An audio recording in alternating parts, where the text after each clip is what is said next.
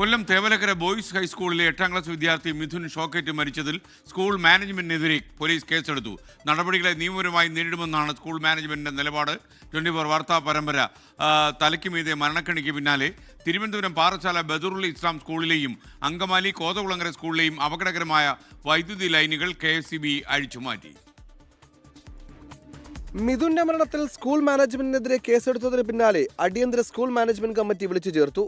മിഥുന്റെ കുടുംബത്തിന് 10 ലക്ഷം രൂപ നഷ്ടപരിഹാരം നൽകാൻ യോഗം തീരുമാനിച്ചു. ഏത് നടപടിയും നേരിടുമെന്ന് സ്കൂൾ മാനേജർ തുളസീധരൻ പിള്ള. മാനേജർക്ക് ഷോക്കോസ് നോട്ടീസ് ഉണ്ട്. അത് സംബന്ധിച്ച് നാളെ മറുപടി കൊടുക്കുന്നതിന് ഉള്ള തീരുമാനം ഞങ്ങൾ എടുത്തിട്ടുണ്ട്.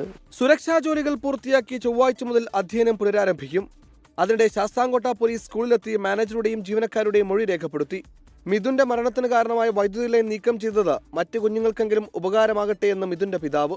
ഭാവിയിൽ ഒരു മക്കൾക്കും ഇങ്ങനൊരു അവസ്ഥ വരരുത്.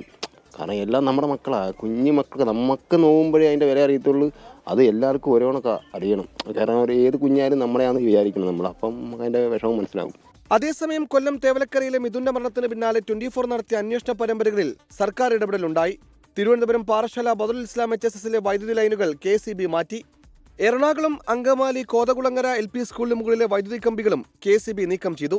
24 ബിഗ് ഇംപാക്ട്. 24 കൊല്ലം.